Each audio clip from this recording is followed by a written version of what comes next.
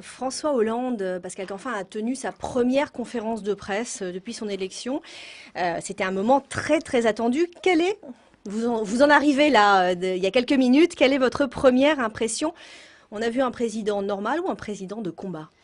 On avait, je pense, un président qui a réussi l'exercice qui était complexe, qui était de répondre à, je crois, plus de 400 journalistes qui étaient accrédités et de refixer un cap, d'expliquer l'action du gouvernement, d'expliquer que tout ne pouvait pas être réglé en 6 mois. Nous sortons, chacun le sait, de 10 ans de gouvernement de droite. Je crois que tout le monde peut comprendre qu'il nous faut du temps, mais en même temps, ce temps ne veut pas dire une inaction. Et donc, il a démontré tout ce qui avait été fait déjà dans les 6 premiers mois.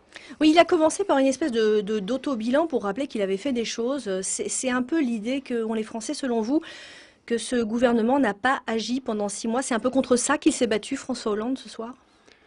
Non, quand on a un bilan et qu'on est fier de ce bilan, on n'a aucune raison de le cacher et de ne pas le réexposer aux journalistes qui sont présents, que ce soit sur le SMIC, sur l'allocation de rentrée scolaire, sur les postes créés dans l'éducation nationale, sur le retour partiel de la retraite à 60 ans ou sur le début de réorientation de l'Europe, parce que nous savons très bien que les choses ont commencé, mais nous ne sommes pas encore au point d'arriver. Tout cela, c'était nécessaire de le rappeler factuellement, et puis d'une part, de le rappeler factuellement, et d'autre part, d'en réexpliquer le sens. Pourquoi nous faisons tout ça? Alors pourquoi? Pourquoi François Hollande fait-il tout ça? Mais je crois qu'il l'a réexpliqué. Nous faisons tout ça d'abord parce que nous voulons réorienter la construction européenne. Il a rappelé l'épisode du traité européen, l'épisode du sommet européen de juin, et puis les échéances qui sont devant nous, la supervision bancaire, la réforme de la politique monétaire. Tout cela est devant nous encore, mais il y a déjà un certain nombre d'acquis. Je crois que c'était un message extrêmement fort qu'il a voulu faire passer. D'ailleurs, il a conclu en disant: ce qui m'a affecté le plus pendant ces 6 premiers mois, c'est les doutes sur notre capacité à réagir en tant qu'Européens. Donc je crois que c'était le premier message qu'il fallait rappeler et le sens qu'il fallait redonner. Le deuxième élément, c'est l'avenir de la France dans cette Europe et dans la mondialisation.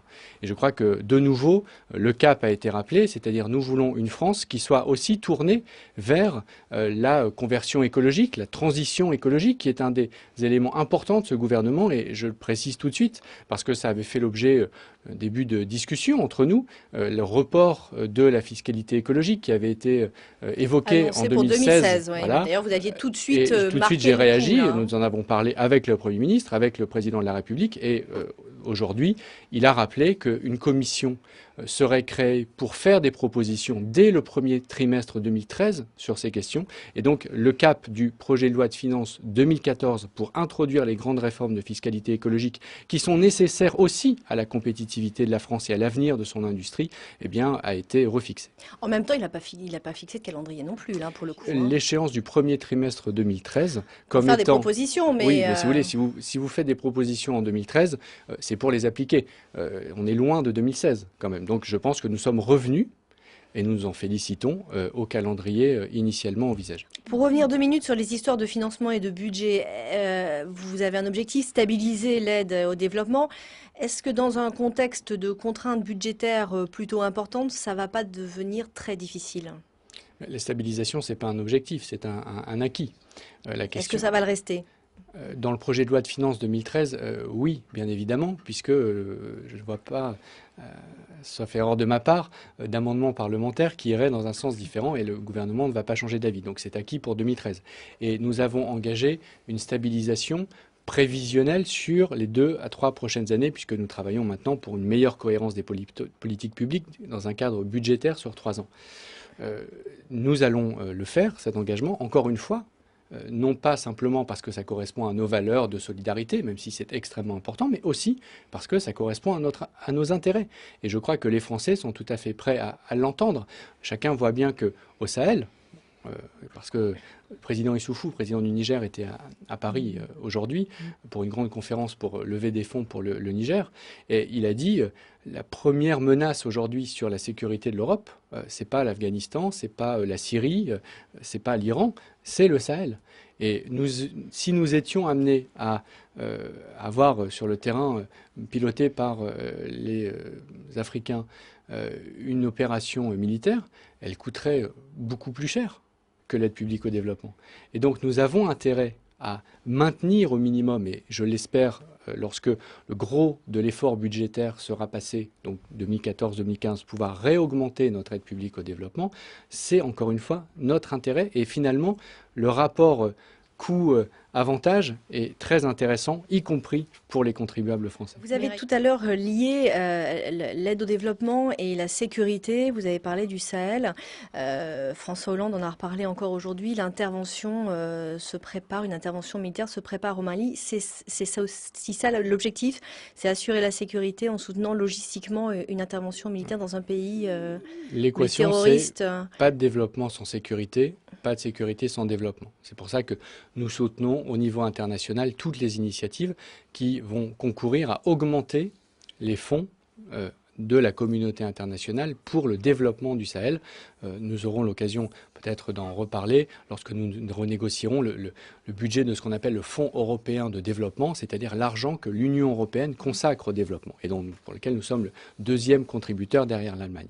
Mais au-delà de l'aspect développement, effectivement, nous considérons, Laurent Fabius et François Hollande considèrent que la menace terroriste aujourd'hui au Sahel et particulièrement au Mali justifie que nous soyons facilitateurs pour faire en sorte qu'une intervention militaire des Africains soit possible s'ils le souhaitent. Nous avons fait ce rôle, de jouer ce rôle de facilitation au Conseil de sécurité des Nations Unies il y a quelques semaines. Nous le rejouerons puisqu'il y a une deuxième résolution qui va arriver dans quelques semaines. Nous jouons ce rôle diplomatique. Nous avons repris notre coopération militaire avec le Mali. Nous n'irons pas au-delà. Le président de la République a été extrêmement clair, je crois, aujourd'hui. Oui, la France n'interviendra pas directement, ce sera un soutien logistique. Malgré tout, il y a des menaces sur les otages qui perdurent. François Hollande a lancé une espèce d'appel tout à l'heure, disant que c'est peut-être le bon moment de les libérer. Est-ce qu'il y a une évolution sur ce dossier ? Vous comprendrez que je n'en parle pas en détail. C'est le genre de dossier qui ne peut avancer que si nous n'en parlons pas, justement. Mais le message était extrêmement clair. La libération des otages, c'est vraiment le bon moment maintenant, parce qu'il n'y aura rien à gagner pour ceux qui les détiennent à les conserver plus longtemps. On va changer un petit peu de sujet pour la fin de l'émission. Pascal Canfin, vous êtes écologiste et membre d'une autre guerre, c'est voilà, ça ? Une autre guerre, celle qui se jouerait peut-être au sein du gouvernement. François Hollande, tout à l'heure, a appelé les ministres non socialistes, donc vous et Cécile Duflot notamment, écologistes, et les radicaux de gauche, à la solidarité. Alors, comment vous avez pris ce message ? Alors, si je reconstitue l'intégralité de son message, il a dit je ne souhaite pas que le Parti socialiste dirige la France seule. J'ai besoin de l'ensemble des forces politiques de gauche qui se retrouvent dans les grandes orientations que j'ai fixées et je suis sensible à leur singularité, mais je leur demande aussi la solidarité. Je précise, parce qu'il y avait quand même 3 messages, donc vous avez retenu le dernier, évidemment. Moi, j'ai retenu les 3, c'est-à-dire la volonté de travailler en coopération.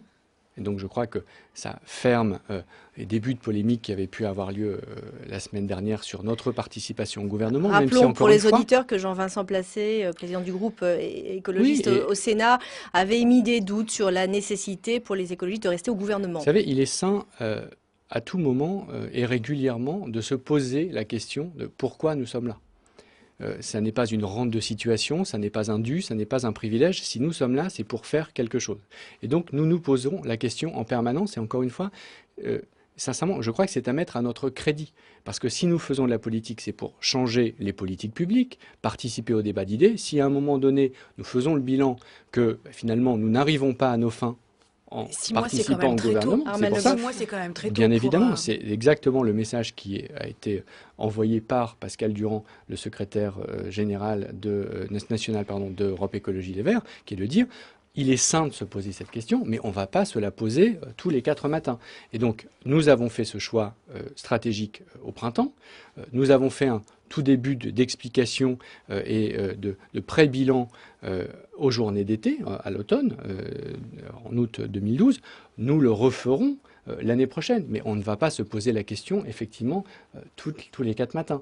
En revanche, encore une fois, c'est sain de se poser cette question. Et donc, je rejoins les 3 piliers, solidarité, singularité et volonté de travailler ensemble. Soumaïa Ben.